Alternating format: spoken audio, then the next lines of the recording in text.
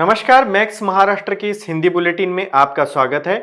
महाराष्ट्र की मुख्य खबरों को अवगत कराने के लिए मैं अब्दुल मतीन। आइए डालते हैं एक नजर आज की प्रमुख खबरों पर। हिजाब पहने मुस्लिम छात्रों को वाशिम में कॉलेज केंद्र में नीट परीक्षा प्रवेश से वंचित कर दिया गया। इस मामले की होगी अब पूरी जांच।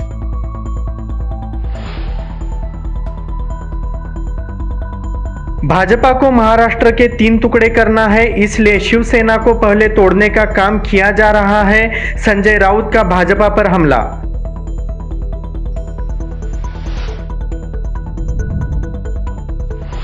और जय शाह सौरव गांगुली की मुश्किल बढ़ाएंगे, सुब्रमण्यम स्वामी पहुंचेंगे सुप्रीम कोर्ट। आइए जानते हैं अब खबरें विस्तार से। नीट परीक्षा राज्य में 17 जुलाई को आयोजित की गई थी। इसमें एक चौंकाने वाला मामला सामने आया। इसमें हजारों छात्रों ने नीट का पेपर दिया था। हालांकि वाशिम शहर पुलिस स्टेशन में एक शिकायत दर्ज कराई गई थी, जिसमें आरोप लगाया गया था कि हिजाब और बुर्का पहने मुस्लिम छात्रों को वाशिम में मातोश्री शांताबाई गोटे कॉलेज केंद्र में प्रवेश से वंचित कर दिया गया था। हालांकि कॉलेज के प्रिंसिपल ने इन सभी आरोपों से इनकार किया और 5 लड़कियां परीक्षा केंद्र में आई थीं। उसमें से 3 बुर्का पहनकर परीक्षा के समय से पहले उपस्थित हुई। केंद्र में आने के बाद उनका ठीक से जांच किया गया और परीक्षा हॉल में छोड़ दिया गया। लेकिन जैसे ही 2 लड़कियां थोड़ी देर से आई, उन्हें परीक्षा में बैठने के लिए अपना बुर्का उतारने के लिए कहा गया और उन सभी को परीक्षा में सही समय पर बैठने दिया गया ताकि विलंब ना हो। यह परीक्षा नीट द्वारा दिए गए दिशा निर्देशों के अनुसार आयोजित की गई थी। प्राचार्य ने बताया कि यह झूठी शिकायत कॉलेज को बदनाम करने के लिए दी गई थी। पुलिस को दी गई शिकायत में कहा गया है कि मातोश्री शांताबाई गोटे इस कॉलेज में नीट का पेपर हुआ था, लेकिन इन छात्रों ने इरम मोहम्मद जाकिर और अरीबा समन गजनफर हुसैन इनके साथ मिलकर प्रशासनिक अधिकारियों और केंद्र के सदस्यों के साथ बदसलूकी से पेश आए। इस तरह की शिकायत पुलिस को लिखित रूप में दी गई है। को नीट का एग्ज़ाम था, जिसके लिए हम वाशिम सेंटर मिला था, तो हम वाशिम में गोटे कॉलेज में आए तो उन्होंने बाहर से ही हमको वापस कर दिया। पहले अंदर ले लिया, फिर बोला कि अब हिजाब और बुर्का उतार के आओ। तो फिर हम बोले उनको कि 1 घंटा पहले आए तो अलाउ है, आप चेक कीजिए पूरा और हमें अंदर जाने दीजिए। तो उन्होंने हमसे बहुत बहस की, उसके बाद जाने भी नहीं दिया अंदर। फिर हमको बाहर भेजा और हमको बाहर रोड पर बुर्का भी उतारने लगाया और हिजाब भी उतारने लगाया। उसके बाद हम जब वापस अंदर गए तो वो सर का भी बिहेवियर हमारे साथ अच्छा नहीं था, बहुत डिसरिस्पेक्टफुली बात कर रहे थे उन्होंने।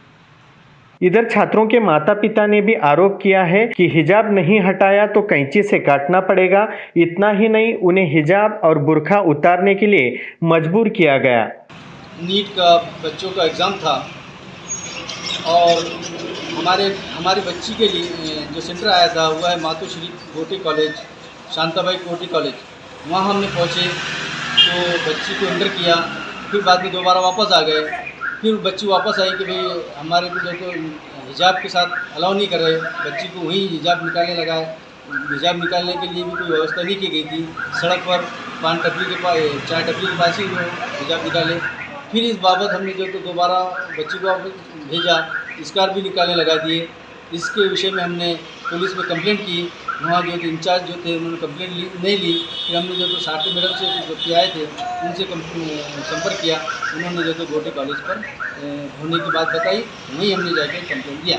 लिहाजा मुझे प्रशासन से ये विनती है कि इन जो मनमानी जो रूल बनाए जा रहे हैं कॉलेज की विरुद्ध, इन पर सख्त कार्रवाई की जाए। इसके बाद अब वाशिम शहर पुलिस स्टेशन के प्रभारी पुलिस इंस्पेक्टर शेख इस मामले की जांच कर रहे हैं। काल रविवार 17/7/2022 रोजी नीटची परीक्षा वाशिम शहरामध्ये 6 महाविद्यालयामध्ये अरेंज करण्यात आलेली होती। त्यापैकी एक महाविद्यालय शांताबाई गोटे येथे काही मुस्लिम विद्यार्थिनी बुर्खा घालून आलेल्या होत्या। त्यांना प्रवेश देण्यास बुर्क्यामध्ये मज्जाव करण्यात आलेला होता। त्या अनुषंगानं त्या पाल्याच्या पालकांनी पोलीस स्टेशन वाशिम शहर येथे लेखी तक्रार नोंदवलेली आहे। सदर तक्रारीच्या संबंधाने वाशिम शहर पोलीस स्टेशनचे प्रभारी पोलीस निरीक्षक शेख हे चौकशी करत आहे। चौकशी केल्यानंतर उचित कारवाई करण्यात येणार आहे। शिवसेना के हित में हम किसी से भी दो दो हाथ करने को तैयार हैं। इसी के साथ भाजपा को महाराष्ट्र के 3 टुकड़े करना है, इसलिए शिवसेना को पहले तोड़ने का काम किया जा रहा है। कल को शिवसेना से बाहर जाने वाले कह सकते हैं कि शिवसेना पार्टी तो बाला साहेब जी ने बनाई ही नहीं, हमें मातोश्री भी चाहिए, शिवसेना भवन भी और सामना भी चाहिए। इसी के साथ संजय राउत ने कल सुप्रीम कोर्ट में होने वाली सुनवाई पर हमको पूरा भरोसा है यह जताया।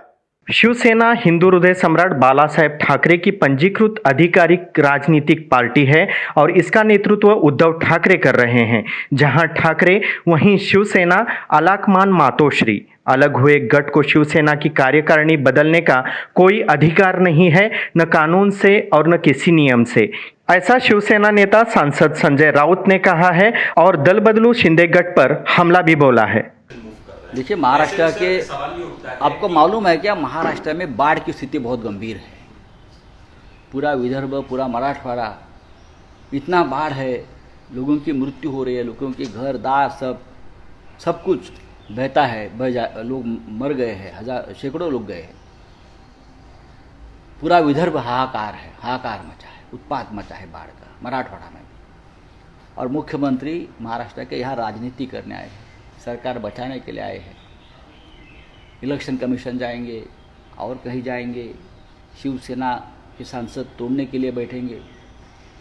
अब तक महाराष्ट्र के मुख्यमंत्री कभी सरकार बनाने के लिए दिल्ली में नहीं आए थे, या मंत्रिमंडल बनाने के लिए लिस्ट लेकर के भी दिल्ली में नहीं आए थे। शिवसेना के मुख्यमंत्री की बात कर रहा हूँ, लेकिन वो आए हैं, ठीक है। अब वो बीजेपी के साथ है, बीजेपी के मुख्यमंत्री है लगभग, लेकिन वो शिवसेना के मुख्यमंत्री नहीं है।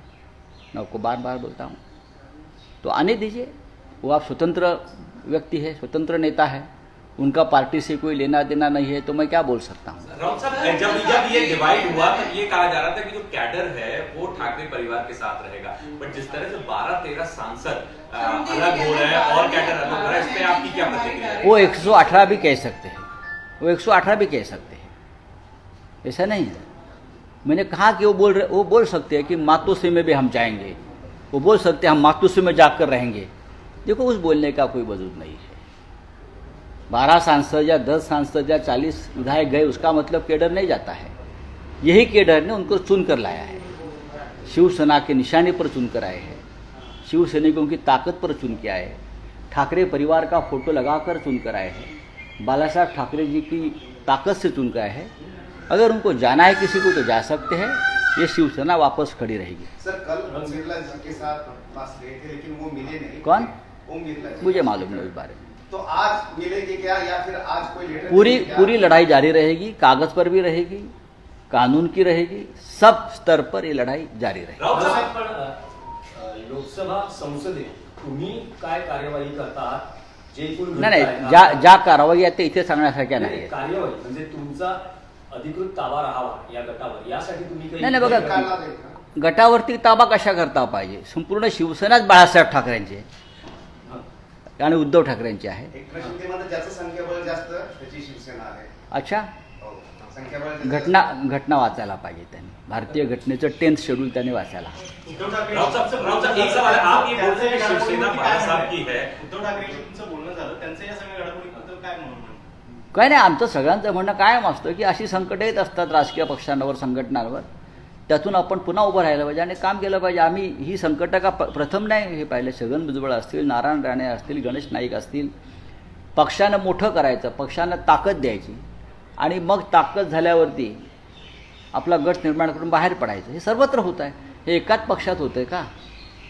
राजकारणामध्ये आता नीतिमत्ता राहिली नाही, निष्ठा राहिलेली नाही, वैचारिक बंधनं राहिलेली नाहीत आणि फुटीरांना प्रोत्साहन देणारं नेतृत्व जर राष्ट्राच्या राजधानीमध्ये असेल तर असं घडणारच.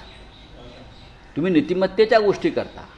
आपण श्यामाप्रसाद मुखर्जी, दीनदयाल उपाध्याय, अटल बिहारी वाजपेयी, बरं का, ह्यांच्याविषयी आपण बोलता आणि एका बाजूला महाराष्ट्रामध्ये बाळासाहेब ठाकरेंची हिंदुत्ववादी शिवसेना फोडण्याचं एक पाप करता. हे पाप जे आहे आज तुम्हाला गुदगुल्या होत आहेत, पण उद्या तुम्हाला हे पाप स्वस्त बसू देणार नाही इतकंच मी सांगतो. जय शाह और सौरव गांगुली की मुश्किल बढ़ाएंगे सुब्रमण्यम स्वामी और इसके लिए वो अब पहुंचेंगे सुप्रीम कोर्ट. सुब्रमण्यम स्वामी ने सोमवार 18 जुलाई 2022 को सुप्रीम कोर्ट में एक हस्तक्षेप याचिका दाखिल की.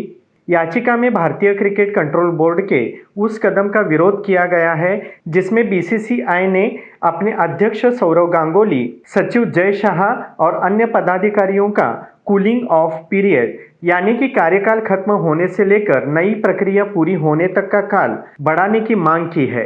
बीसीसीआई ने 2019 में यह याचिका दाखिल की थी. इसके बाद उसने हाल ही में सुप्रीम कोर्ट से याचिका पर जल्द सुनवाई की अपील की थी. इस मामले में सुप्रीम कोर्ट 20 जुलाई को सुनवाई करेगा. हालांकि उससे पहले ही भाजपा नेता सुब्रमण्यम स्वामी ने संशोधनों पर सवाल उठाते हुए सुप्रीम कोर्ट से इस मामले पर उन्हें दलील पेश करने की मंजूरी देने की मांग की है.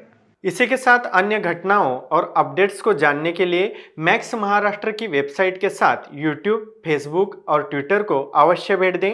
धन्यवाद.